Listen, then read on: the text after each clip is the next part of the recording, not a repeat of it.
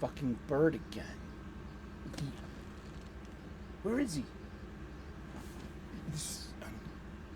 Hi. Oh, maybe I should shut off my HEPA filter. That will help. Hi, everyone. Welcome back once again. It is time for the Comics Coffee Table. And if it's Sunday, that means it's new release Sunday. We got new funny books to show and to talk about. Hello. Pull up a chair, grab a cuppa. We're taking a break. You could be working today for all I know. You might have the Lord's Day off. Cheers to you, however you're spending your Sunday. As long as you're spending some of your Sunday with us, talking about comic books for a few minutes in your day. We're leaving the real world over there. We're pulling up a chair to our Comics Coffee Table. We are shoving a cup of whatever it is we're shoving under our noses here today there, Pally. Hold on. I need a sip. Can you hear that bird still? I mean, seriously. It's not even at its proper perch, and I can still hear it. It's not a perch pun either. I love perch. We assemble here daily, 3 p.m. U.S. Eastern. We talk about comic books just for a couple of minutes in a day because we like to take our minds off our minds. And if you're able to meet the 3 p.m. U.S. Eastern live chat premiere, then we're going to be talking about comic books. And you can also continue the conversation in the comments. This comic book shop-style conversation. Indeed. There he is. I'm not moving the camera. No, it's not like that. I don't want, this bird to feel even more angrier than it is. It's looking right at you, Pika. The problem is you need to resolve your differences, hopefully peacefully. Hey, legalize dueling. I'm all for duels at this point. Hey, let's see. Let's go. Okay, Weehawk and Dawn. You're on. That's from Hamilton. How you doing? Okay, so the point of this show is to spend some time talking about comic books once a day, every day. And we're on the march to our first 1,000 subscribers. So if you're just joining the show right now, just click on the subscribe and be part of it. Turn on the notifications, ring that bell, and you're welcome here. We see new faces every day. It's good to see you, and you're welcome here. Pull up a chair and take your break with us as we talk about comic books once a day, every day. It's entirely possible. We started it last year with this book right here, this hardcover coffee table book that was given to me by one of my best friends about 2 decades ago, and it's been surfing my coffee table ever since. So it's a hardcover coffee table book surfing my coffee table, hence the Comics Coffee Table today. So we did this every day last year. It was a page day book. You'd open up to today's date. You look at some comic book art of an antediluvian age. You'd read the blurb, and then we talk about comic books. And we talk about comic books every day. And we're going to talk about comic books every day for the rest of the year. And we did. And we've just kept on with it because it's fun. And it's a great way to spend time together, talking, conversing, and just showing love for our hobby. Just to let you know, there is a link in the description to the Amazon page where you can get your own copy of this wonderful book, and it can serve your coffee table for the next 20 years and can be the source of many conversations like I have been gifted with. And this is a great book. It's a 2004 Abrams publication. It's written and curated by Les Daniels, Chip Kidd, and photographed by Jeff Spear. And let's gonna do it. It's May the 14th. Let's look at some comic book art. And I made a video on this day last year. That video lasted 12 minutes and 51 seconds, and we got 13 views and 4 thumbs up, no dislikes. Oh, cool! It's the Flash and the Inquisitor Ray. Well, we're gonna find more about it, but that's look at that's Jay Garrick, the Golden Age Flash. We're gonna look at some comic book art of an antediluvian age. We're gonna read the blurb, and then we would talk about comic books, and that's what started the show. This is art by E. Hibbard from the cover of Flash Comics, number 30, June of 1942. Flash Comics' very own Flash Comics, which is now simply titled The Flash, will be having its 800th issue in 2 months. I'm here for that. And the wonderful Jeremy Adams run. And we're also going to be talking a little bit about this Golden Age Flash a little later today with our new releases, too. This is an 84-year-old IP, intellectual property. And it's been running, you see what I did there? Ever since. And so, yeah, May 14th. In quote-unquote real life, the Flash was a research scientist, Jay Garrick. But on this cover, he looks like he should have been a journalist. And yet, he seems to be utterly bewildered by the 5 simple questions that every Cub reporter learns to ask. Who? What? When? Where? Why? I also throw in how. That's just your Sully. It's not that the Flash didn't pay attention in class, though. It's just he's the victim of another fiendish foreign scientist. This one brandishing the dreaded Curiosity Ray. Zzz, zap, zap, zap. Oh, no. What can slow Flash down? His attention span. His focus. As Qui-Gon Jinn said, your focus determines your reality. You can't see. It's a Hallmark ornament. You probably couldn't see it up there. That bird. My goodness. Liz has been consistent all week long, huh? Maybe that's the bird that we need. Oh my goodness. A sounding bird. A sounding board.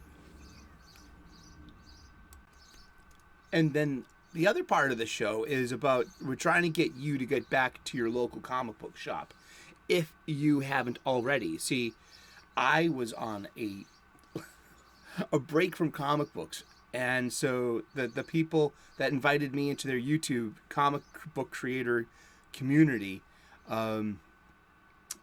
turned me on to going back to my LCS every week and checking out the new releases like I used to do.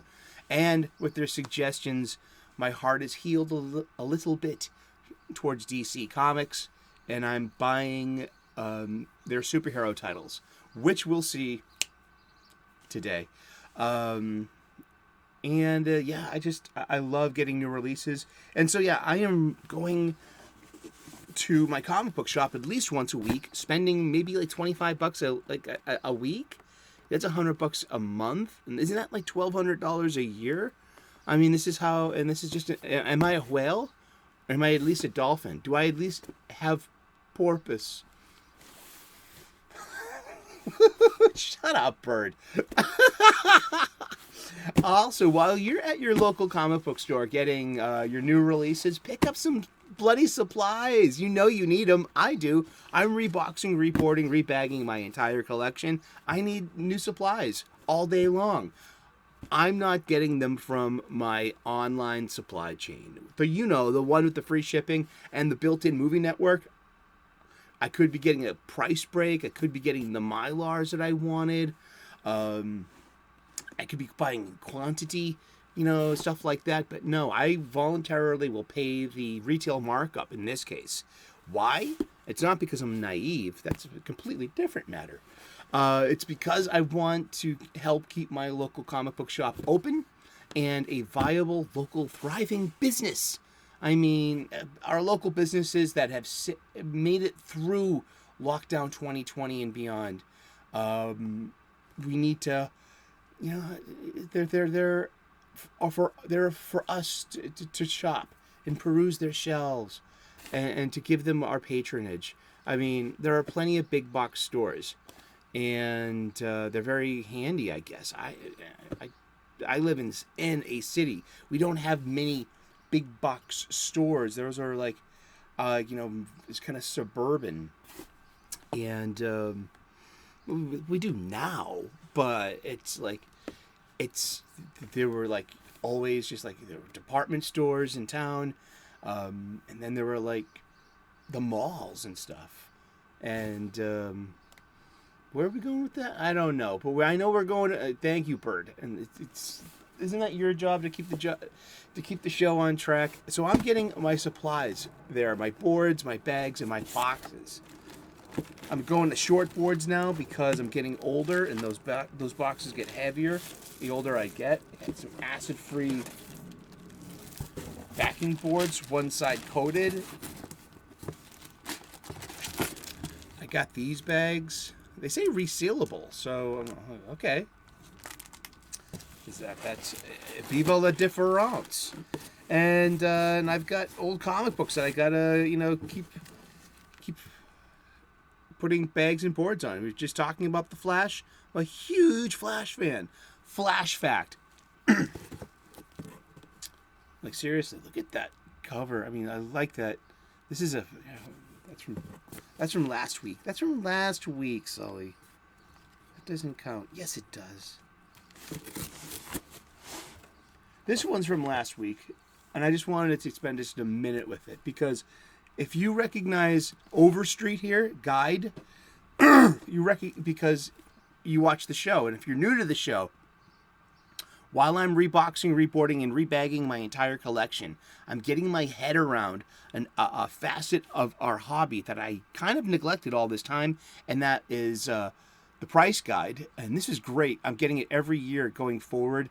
And I got this specifically for its glossary to have better conversations about the different ages of comics, going back to the golden age of comics. The golden age of comics runs between 1938 and 1955.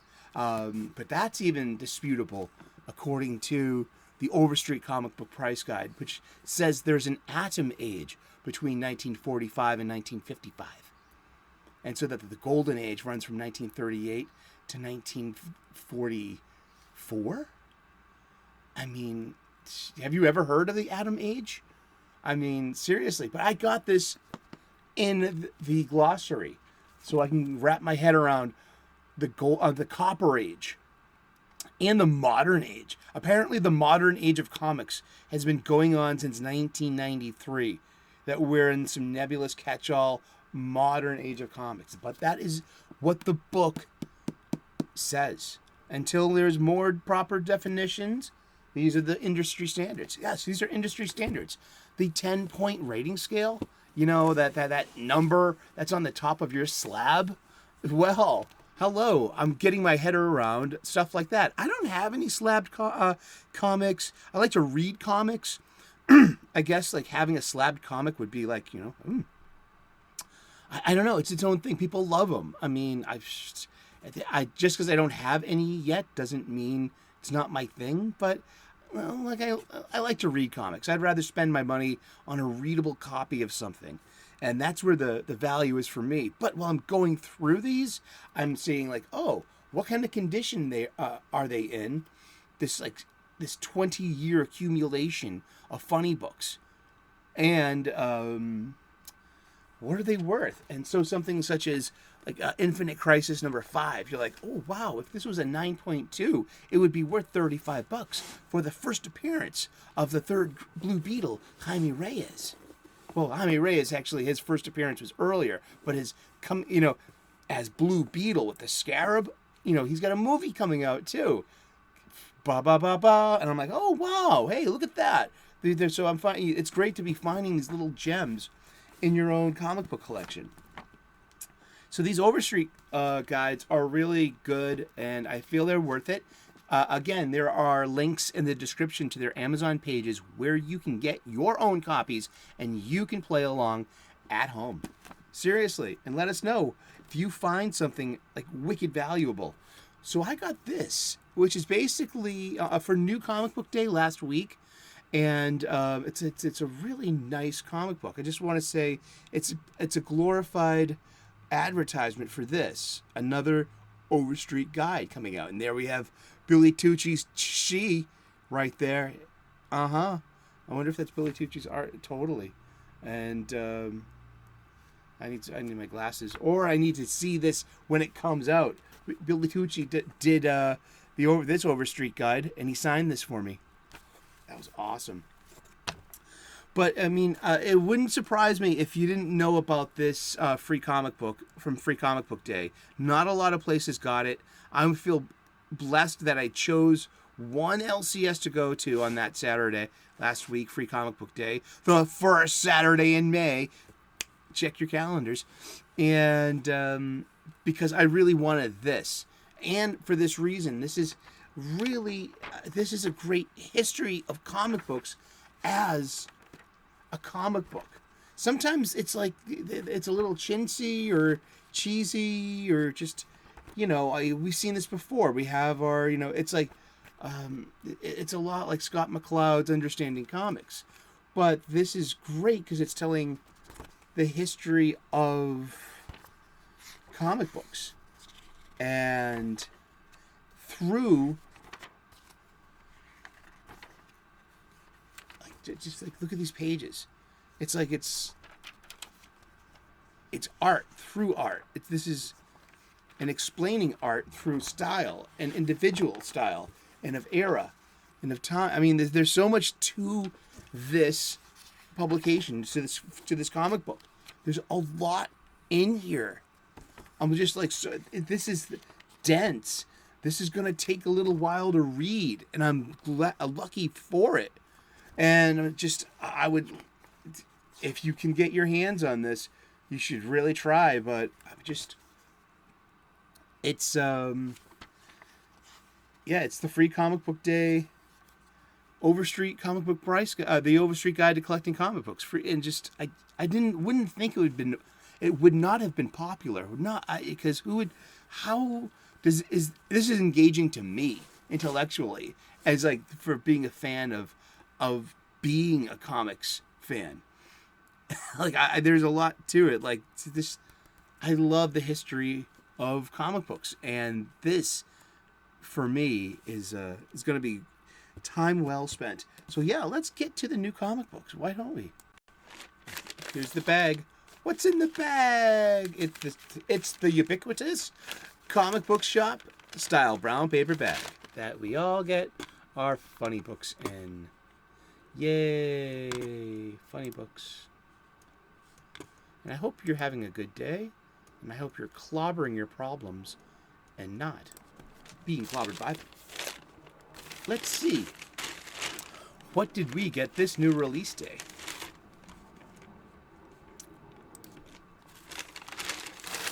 Dun, dun. Ooh, hello. Well, we got 1, 2, 3, 4, 5, 6, 7, 8 new comic books. Well, 9 in volume, but one's a double a printing. Like one, I got like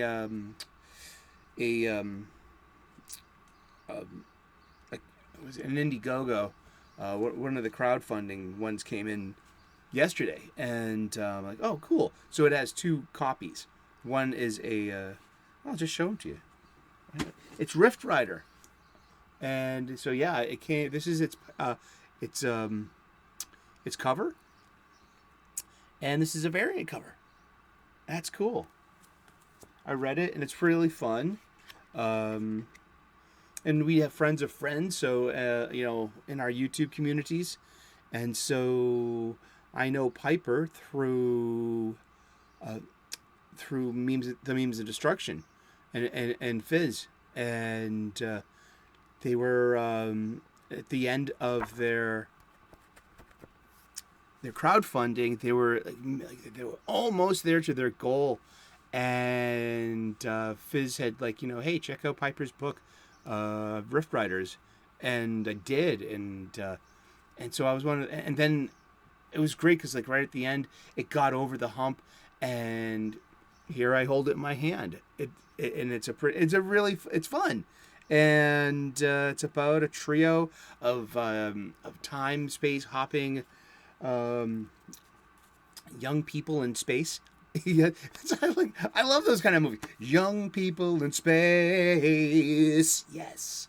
This one likes toes. The other one, he's the tough guy, and and one's like the Princess Leia meets Faye Valentine, and I don't know.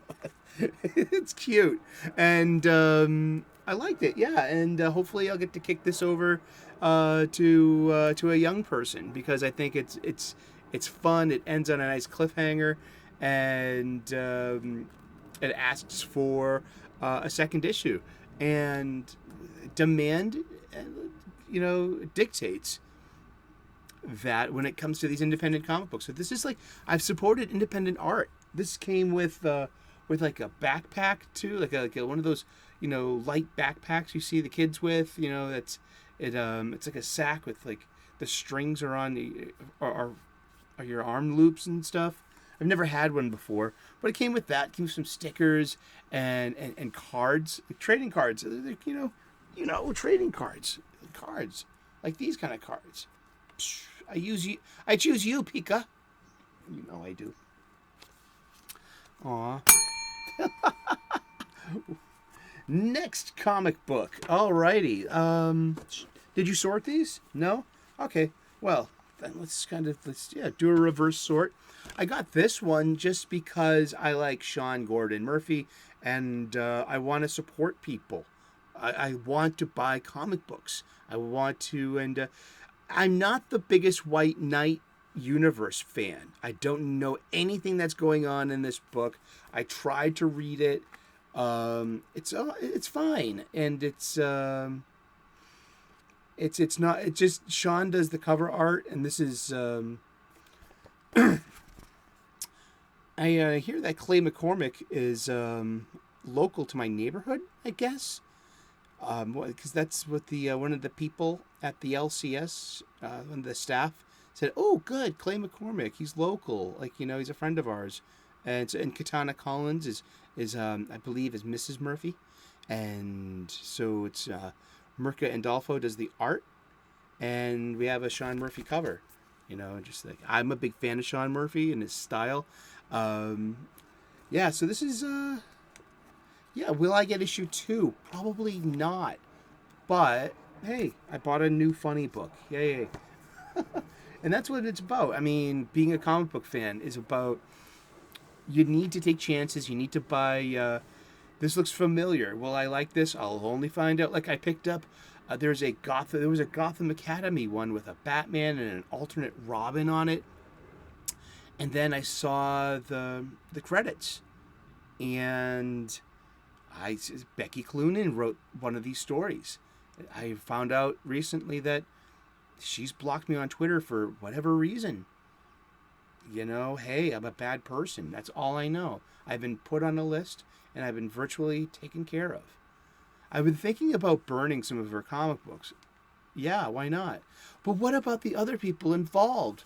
The other writers, the artist, the inker, the colorist, the editors, the people that produced this comic book, the people that shipped it, the people that sold it to you.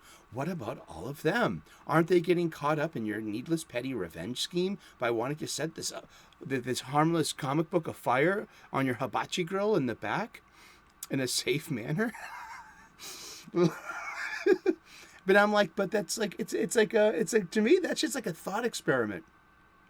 You put me on a list and you had me eliminated, or tried to. Therefore, you know what I mean? It's like, I feel like Duke Leto the second, Atreides from Dune. The spice must flow. It's atrocity. Yes. Here, I'm going to set this on fire. Yeah. Then just to get to you. Yeah, they all have to. Sorry, they're adjacent too. Well, they're adjacent to you. So don't they have to go too? No, I mean, that's why it's a thought experiment. I found it fascinating. But I'm not going to buy a Becky Cloonan comic book. I thought the art was good, and I thumbed through it, and I wanted to buy it. I wanted to spend $4.99 on a comic book. I just want to buy new comic books, and like, But no, I'm not going to buy a Becky Cloonan book, because don't give money to people who hate you. It takes a measure of hate in your heart to just, like, group block people. You put people on a list. Okay, other DC comics, though. I picked this up because everyone would not shut up about how good it was. I put down Action Comics at 1053, and I had to get 1054. And yeah, I mean, it's a little, it's $4.99, and it's a little thicker than everything else, and it's because it's got 2 backup stories, and it actually ended up being exactly as advertised by everyone else. It was a very good Superman story told. It is knowledge of the character, expectations of behavior, and proper use of hope, and how to use it as not a weapon, but as an anti-weapon. How does Clark get through to John Corbin? It was something, and he did it in a very Superman way. So it's not just another Superman fights Metallo thingy, and it ends pretty interesting too. So I'm glad I got that.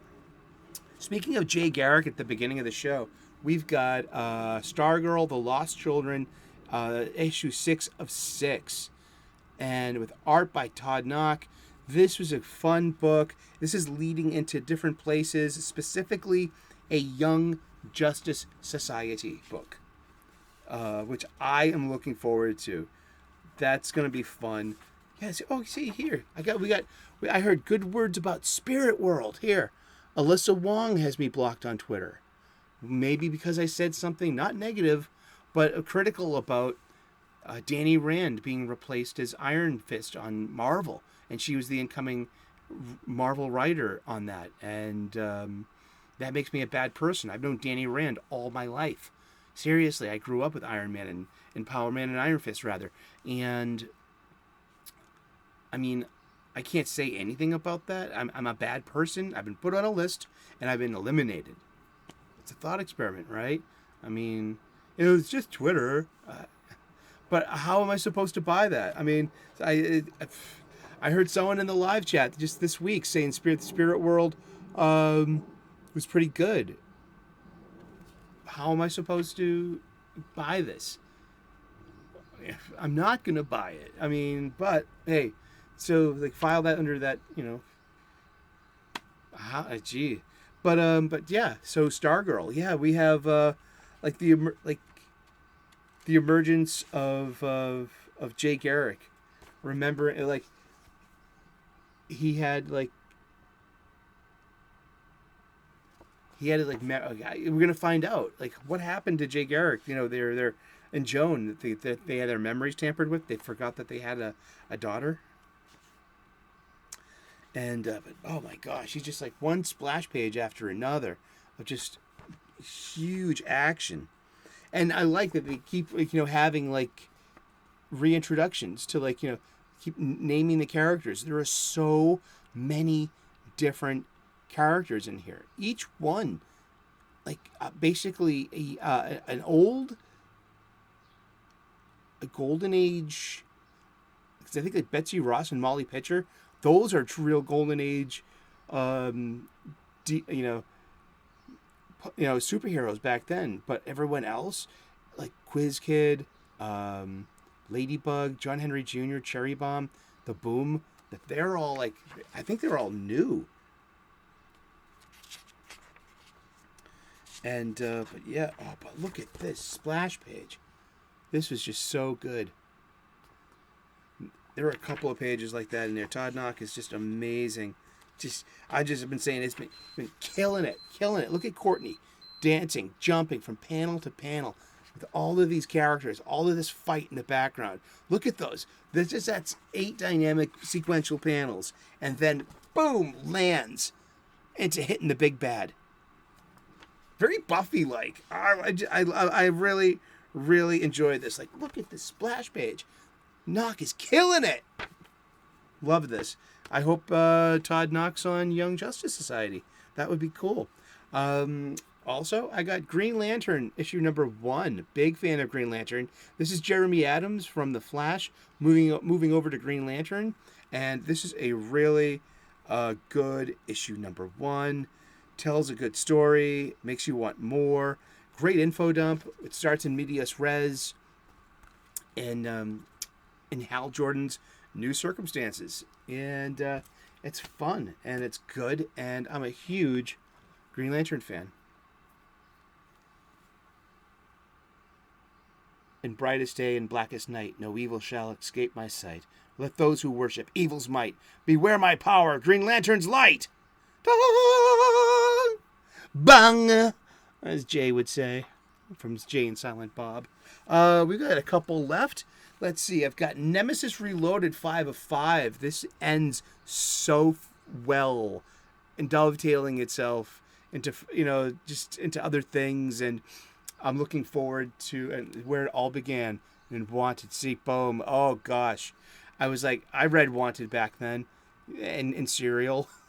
I'm not sure I kind of like the last panel is stupid. I'm sorry, Mark, love you, but you've come a long way, good sir. You've come a long way, and so yeah, Nemesis was just ultra violent, gory, over the top fun. It just, yeah, it's just bad guys versus bad guys, and it's fun. We also have the Ambassadors, issue 4. I'm still looking for issue number 3, and everything's leading up to big game. I saw, like I said, I saw was it Nemesis and Hit Girl in the same panel? Was it? And coming soon. But this was really good. I'm just happy I got it on new release day. This had a good story and a nice twist at the end too. So it just, once again, Mark Miller bringing it home. And the last one that I'll show this week is from Mad Cave Comics. $3.99. It's rated Teen Plus. And this is Don't Spit in the Wind, issue number 2. Stefano Cardoselli and Dan Lee. Stefano Cardoselli is the writer and the artist. Brian Long is the writer's assistant. Dan Lee is the colorist and letterer. And that's the bird still. That bird is still chirping. And this is like really, it's filling us in along the way. I like the art in this. It's very much, for me, in this 70s, like R. Crumb meets Jean Gerard Mobius style. So this, visually for me, this is a very, this reminds me a lot of Mobius a lot, and his brand of sci-fi, and this is an Earth gone wrong in the future, and it's there's a lot of what's going on involved in this book, and there's a lot of wholesale just like pathos. There's a lot of pathetic endings, a lot of pathetic ends, and just it's a high body count. But will I be back for issue 3? Yes, this is fun. And again, taking chances, listening to other people talk about their picks, and getting turned on to something you may not have considered picking up on new release day, something off the shelf. Hopefully, you're going to pick up Don't Spit in the Wind if you see it. It's pretty. I'm calling it fun. No, but it's interesting. It's sci-fi. It's a thinker, and I like the way it's drawn. It looks really good, in my humble opinion. I like this stuff. I like sci-fi anyway, and that's that. It's been New Release Sunday. Thank you so very much for tuning in. God bless. Namaste. Good luck. Please, if you're new to the channel, like and subscribe. I would love to earn your subscription. We talk about comic books every day, 3 p.m. U.S. Eastern, daily. Our 500th consecutive episode is coming up on Tuesday. No plans, just maybe wearing some party hats or something. You get one of those, rap horns. You get an air horn. Oh, gosh. You have a good day. Thank you so very much. God bless. Namaste. Good luck. And we will see you again tomorrow in those funny pages. Ciao. Bye-bye.